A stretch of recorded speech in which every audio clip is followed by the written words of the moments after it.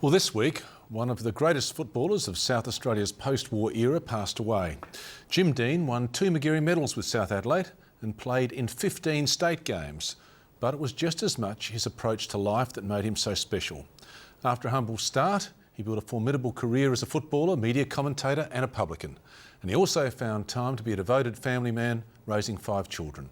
Patrick Emmett has been looking back on a life well spent.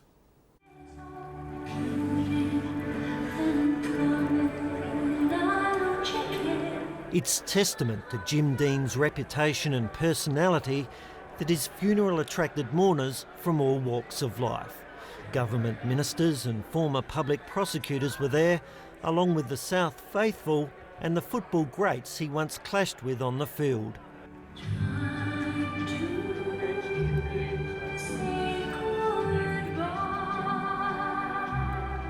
Well, he was charismatic, there's no question in the true sense of the word. He had a lot of charisma about him, and I think there's a lot of people would like to, once they'd met him, wanted to become one of his friends. But if we'd say, give us your top 5, Jimmy would get a mention with the lion's share of people that were here today.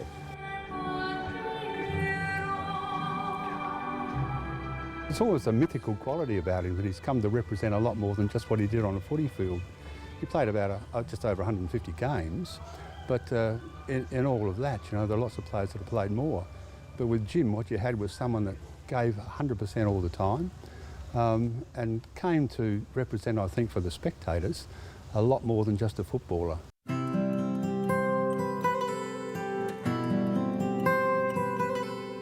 For many, Jim Deane epitomised the battling spirit of the South Adelaide Football Club.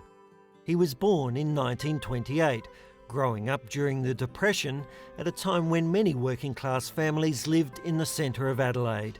He was one of 24 kids playing in this tiny street. Our father worked hard for his family, and it was imperative to him that we had an upbringing that included certain things that he missed out on when he was growing up. Maybe in the ritzier parts of town this was the wrong side of the tracks. But luckily for Jim Deane, his home was on the east side of King William Street, the side which was then the heartland of the club he loved. It's interesting that the 2 great periods South Adelaide had in the 1890s and 1930s were both in the depths of the Depression.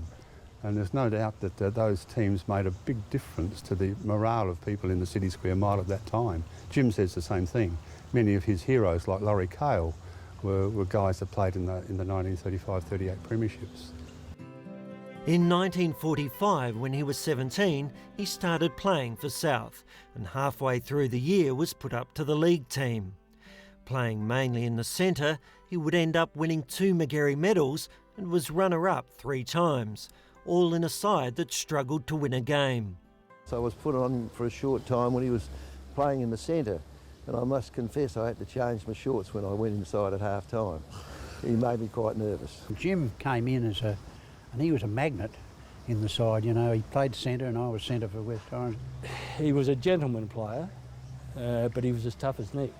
But he just had a wonderful way about him that endeared you to him. Well, I'm certainly not a coach that expects players to go out and knock other players down. All I want them to do is to get out there and get the ball. The football's the main thing you've got to do. I don't worry about knocking other fellas down. Get that football and get it down to our goals.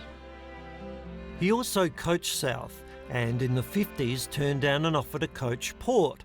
The job was eventually given to Foss Williams. And his skills weren't just on show on the football field. He excelled at many sports and played competitive tennis. Later in life, he often enjoyed social games with the players he used to confront on the field. Curls has hit one and I said it's out. And Curl said, that's so-and-so, it was in, you see. And so we're arguing. Jimmy said to me, break it up, Curls, you know it was out. When he was 18, he trialled for Richmond and was put on their list, but came home because he was homesick. Then in 54 and 55, he went across to play for them. I always remember Bob Davis and Ted Wittens really rating Jimmy Deane as a player. Now that says a fair amount. And South Australians are being cheered, jubilant, and Jim Deane It's only happened 7 times now since World War II. I can't think there's anyone that would begrudge South Australia of their victory here tonight. They thoroughly deserved it.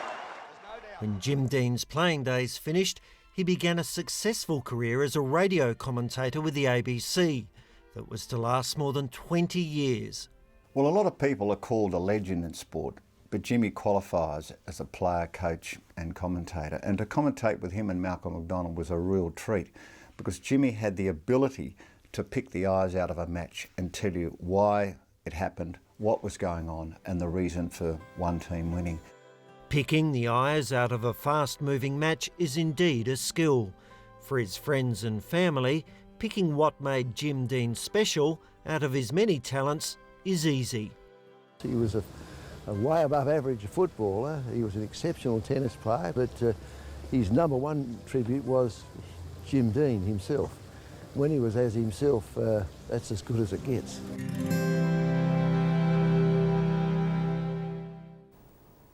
And Jim Deane was 82.